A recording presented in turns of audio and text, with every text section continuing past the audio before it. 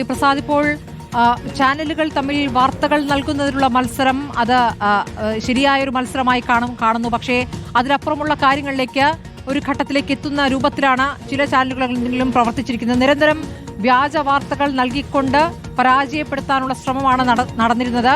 അതിനെതിരെയാണ് ഇപ്പോൾ മാനനഷ്ട case file ചെയ്തിരിക്കുന്നത്. ഇപ്പോൾ ആ വാർത്തകളുമായി ബന്ധപ്പെട്ട് പ്രസാദ് നമുക്ക് നൽകാവുന്ന വിവരങ്ങൾ എന്താണ്?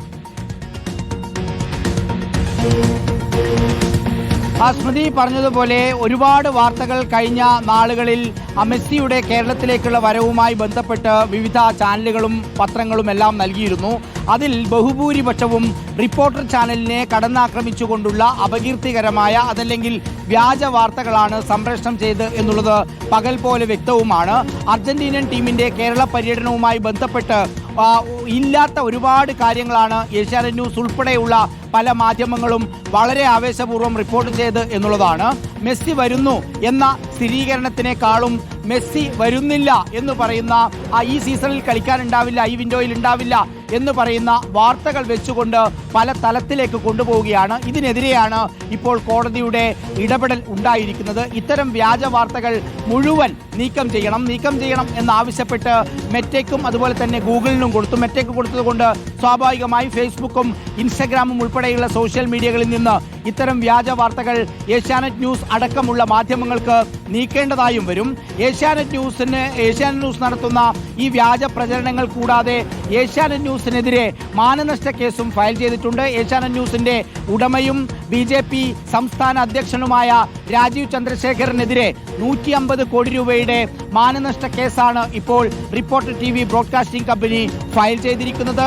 നിരന്തരമുണ്ടാകുന്ന വ്യാജ വാർത്തകൾ, അപകീർത്തികരമായ പ്രചാരണങ്ങൾ, ഇതെല്ലാം ഒരു വാർത്താ ചാനലിനെ സംബന്ധിച്ച് നല്ലതല്ല എന്നുള്ള വിലയിരുത്തലിന്റെ അടിസ്ഥാനത്തിലാണ് അതിൽ കോടതി തന്നെ ഒരു ഇടപെടൽ നടത്തിയിരിക്കുന്നത്. എത്രയും പെട്ടെന്ന് ഈ കണ്ടന്റ് നീക്കം ചെയ്യണം. മാത്രമല്ല, ഇനി വസ്തുതയില്ലാത്ത വാർത്തകൾ പ്രചരിപ്പിക്കാൻ പാടില്ല എന്ന കർശന നിർദ്ദേശവും കോടതിയുടെ ഭാഗമായിട്ടുണ്ട് എന്നുള്ളതാണ് ഇതിലെ ശ്രദ്ധേയമായ കാര്യം.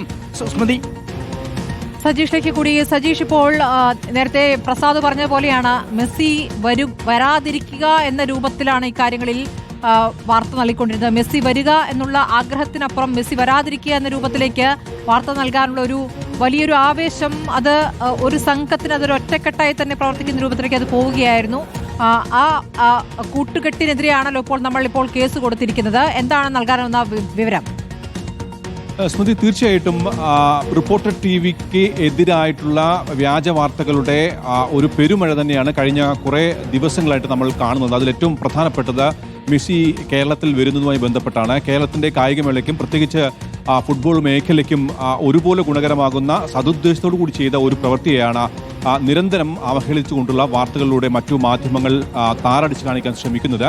നമുക്കറിയാം, മെസ്സി ആദ്യ സീസണിൽ, അതായത് ഈ നവംബർ മാസത്തിൽ മെസ്സി കേരളത്തിൽ എത്തുമോ എന്ന കാര്യത്തിൽ ചില ആശയക്കുഴപ്പങ്ങൾ ഉണ്ടായിരുന്നു. അതിനുശേഷമാണ് പിന്നീട് അത് മറ്റൊരു വിൻഡോയിലേക്ക് മാറ്റാനുള്ള തീരുമാനമായത്. അതായത് മെസ്സിയെയും അർജന്റീന ടീമിനെയും കേരളത്തിലേക്ക് എത്തിക്കാനുള്ള എല്ലാ ശ്രമങ്ങളും ഒരു ഭാഗത്ത് നടക്കുമ്പോൾ, റിപ്പോർട്ടർ TVയുടെയും സംസ്ഥാന സർക്കാരിൻ്റെയും നേതൃത്വത്തിൽ നടക്കുമ്പോൾ, അതിനെ പൂർണ്ണമായും താറടിച്ച് കാണിക്കാനുള്ള ശ്രമങ്ങൾ വ്യാജ വാർത്തകളിലൂടെ പല മാധ്യമങ്ങളും ചെയ്യുന്നു എന്നതാണ് ഏറ്റവും പ്രധാനപ്പെട്ട കാര്യം. ഇതിനെതിരെയാണ് റിപ്പോർട്ടർ TV കോടതിയെ സമീപിക്കുകയും അനുകൂലമായ ഒരു വിധി സമ്പാദിക്കുകയും ചെയ്തത്. റിപ്പോർട്ടർ TVക്കെതിരെ വ്യാജ വാർത്തകൾ നൽകുന്നത് തടഞ്ഞുകൊണ്ട് ഏതാണ്ട് 15ഓളം മാധ്യമ സ്ഥാപനങ്ങൾക്കും ഉടമകൾക്കുമെതിരെയാണ് ഇപ്പോൾ കോടതിയെ നടപടി ഉണ്ടായിരിക്കുന്നത്. അതുപോലും മറികടന്നുകൊണ്ടാണ് ഇപ്പോൾ നിരന്തരം, അതായത് ഒരു ഏറ്റവും പ്രധാനപ്പെട്ട കാര്യം, റിപ്പോർട്ടർ TVക്ക് മാത്രമല്ല, അല്ലെങ്കിൽ റിപ്പോർട്ടർ TVക്ക് സ്വന്തമായി ഉണ്ടാക്കാൻ വേണ്ടിയല്ല, പ്രത്യേകിച്ച് കേരളത്തിലെ കായികമേളയ്ക്ക് മെസ്സിയെ പോലെയുള്ള ലോകോത്തര കളിക്കാരനും അർജന്റീന പോലെ ലോകോത്തര ടീമും കേരളത്തിലേക്ക് എത്തുന്നത് എന്തുകൊണ്ടും കേരളത്തിലെ കായികമേളയ്ക്ക് വലിയ ഉണർവും ഉന്മേഷവും നൽകും എന്നുറപ്പാണ്. ആ രീതിയിൽ ഭാവിയിൽ പ്രധാനമായും ഭാവിയിൽ കേരളത്തിലെ കായികമേളയ്ക്ക് ഏറ്റവും വലിയൊരു നേട്ടമായി കാണുമെന്ന് പ്രവചിക്കപ്പെടുന്ന ഒരു കാര്യത്തെയാണ് ഈ രീതിയിൽ വ്യാജ വാർത്തകളുടെ താറടിച്ച് കാണിക്കാൻ ശ്രമിക്കുന്നത്. അത് മുന്നിൽ കണ്ടുകൊണ്ടാണ്, അല്ലെങ്കിൽ അത് നേരിട്ട് അനുഭവപ്പെട്ടുകൊണ്ട് തന്നെയാണ് ഇത്തരത്തിൽ വ്യാജ വാർത്തകൾ സൃഷ്ടിക്കുന്ന മാധ്യമ സംഘങ്ങൾക്കെതിരെ ഒരു നിയമ നടപടിയിലേക്ക് റിപ്പോർട്ടർ TV നീങ്ങിയിരിക്കുന്നത്. ഏതായാലും കർശനമായ നിർദ്ദേശം കോടതിയുടെ ഭാഗത്തുണ്ടായിട്ട് പോലും അതിനെല്ലാം മറികടന്നുകൊണ്ടാണ് ഇപ്പോൾ ആക്ഷേപഹാസ്യങ്ങളിലൂടെയും ഒക്കെ തന്നെ വ്യാജ വാർത്തകൾ നിരന്തരം സൃഷ്ടിച്ചുകൊണ്ട് ഒരു കൂട്ടം മാധ്യമങ്ങൾ മുന്നോട്ട് പോകുന്നത്. സജീഷ്, ഇത് മാധ്യമങ്ങളിലെ വാർത്ത മാത്രമല്ല, സമൂഹ മാധ്യമങ്ങളിലും അതിന്റെ ഒരു തുടർച്ചയുണ്ടാകുന്നു. അതിനെതിരെ കൂടിയല്ലേ ഇപ്പോൾ ഈ കേസ്? തീർച്ചയായിട്ടും സ്മൃതി, സമൂഹ മാധ്യമങ്ങളിലും നിരന്തരം വ്യാജ വാർത്തകൾ ഉണ്ടാകുന്നുണ്ട്. അതിൽ നമുക്കറിയാവുന്ന ഒട്ടേറെ സമൂഹ മാധ്യമങ്ങളിലെ പ്ലാറ്റ്ഫോമുകളെല്ലാം തന്നെ ഇത്തരത്തിൽ നിരന്തരം റിപ്പോർട്ടർ ടിവിയെയും അതിൻ്റെ മാനേജ്മെൻറ്റിനെയും താറടിച്ച് കാണിക്കുന്ന വീഡിയോകളും ഒപ്പം തന്നെ ടെക്സ്റ്റുകളെല്ലാം വരുന്നുണ്ട്. അതിനെതിരെ കൂടിയാണ് കോടതിയുടെ ഭാഗത്തു നിന്നുള്ള നിർദ്ദേശം ഉണ്ടായിരിക്കുന്നത്. പക്ഷേ ഏറ്റവും പ്രധാനപ്പെട്ട കാര്യം, ഇത്തരം ഒരു കോടതി നിർദ്ദേശം ഉണ്ടായിട്ട് പോലും അതിനെ തെല്ലും ബഹുമാനിക്കാതെ അത് തീർത്തും അവഗണിച്ചുകൊണ്ടാണ് നിരന്തരം ഈ രീതിയിൽ ഒരു വാർത്ത ചെയ്യുന്നത്.